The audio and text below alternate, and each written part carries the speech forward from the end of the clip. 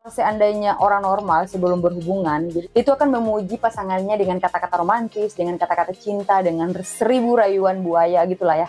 Jadi BDSM. Tanda-tanda orang yang masokis atau bagian dari BDSM ini adalah yang pertama, ketika dia berhubungan dia selalu berimajinasi atau dia selalu terangsang ketika dia itu dipecut, dia itu dipukul, dicekik, dibanting, dihina, ditetesin lilin, dicambuk.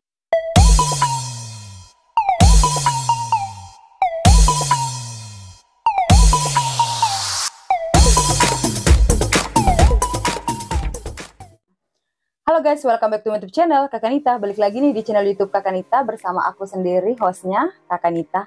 Hai kalian, apa kabar? Semoga kalian sehat-sehat aja ya. Dan semoga nggak ada yang lapor-laporan polisi seperti yang viral beberapa waktu yang lalu ya. Jadi guys, beberapa waktu lalu sempat viral kasus Lesti dan Rizky Bilar ya, yang lapor-laporan itu. Jadi intinya si Rizky Bilar dan Lesti ini awalnya laporan itu kayak KDRT gitu, tapi ujung-ujungnya dicabut. Nah dari pemilihan damai ini yang awalnya kan pas KDRT itu muncul, Rizky Bilar itu dihujat sama si Antero Nusantara, terus si Lesti ini didukung, pendukungnya kan banyak banget kan, dia tuh pendukungnya banyak banget. Pokoknya penyanyi dangdut termuda lah, dan dia yang menaikkan dangdut itu kembali mahal gitu loh. Jadi kayak banyak banget yang membela dia. Tapi ujung-ujungnya si Lesti ini mencabut laporannya sehingga banyak banget yang komen-komen gitu, kecewa. Terus banyak yang komen mungkin si Rizky Bilar ini adalah kaum BDSM atau bagian dari masokis gitu. Nah teman-teman, BDSM ini adalah singkatan dari ini. B itu bondage, bondage itu perbudakan, D itu dominan atau dominasi. Jadi ada yang dominan sama ada yang mendominasi. Terus S itu sadis, sadis ini adalah suatu hubungan yang dilakukan dengan dipecut-pecut, dijambak, dicekik, dibanting-banting, terus ditetesin lilin, dihina, dicaci, dimaki-maki, dipecut-pecut, diikat, diseret-seret. Nah, itu namanya sadis. Jadi bagian dari BDSM. Terus M itu adalah masokis. Jadi masokis ini kalau seandainya orang normal sebelum berhubungan, itu akan memuji pasangannya dengan kata-kata romantis, dengan kata-kata cinta, dengan 1000 rayuan buaya gitulah ya. Jadi sebelum dia berhubungan pasti dia akan merayu-rayu pasangannya itu. Itu adalah hal yang normal. Tapi bagi kaum masokis ini, dia sebelum berhubungan dia akan mencaci atau menghina pasangannya.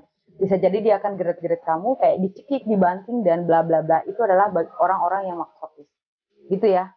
Udah tahu ya. Jadi udah tahu ya singkatan dari BDSM tadi dan bagian-bagiannya.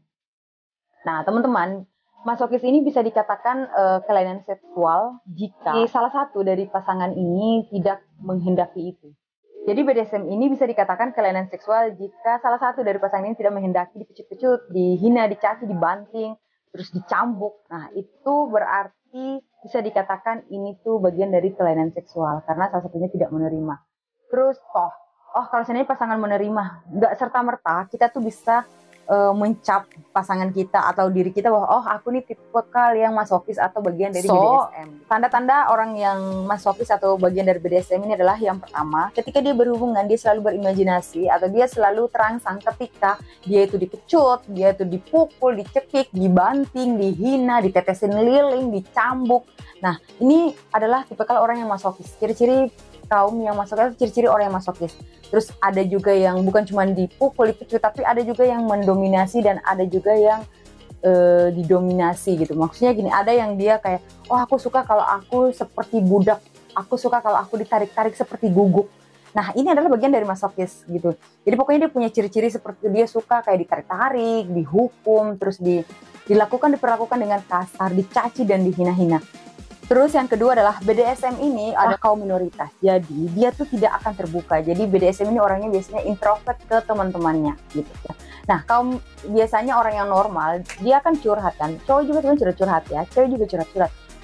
Aku habis berhubungan sama pasangan saya, atau saya semalam sama istri saya seperti ini, saya sama suami saya seperti ini. Jadi sebelum berhubungan saya cosplay sebelum berhubungan saya cosplay nih kayak pakai baju suster-susteran, atau pakai baju kelinci-kelincian, atau pakai baju SMA. Itu adalah hal yang normal yang dilakukan oleh kayak banyak orang. Itu hal yang normal.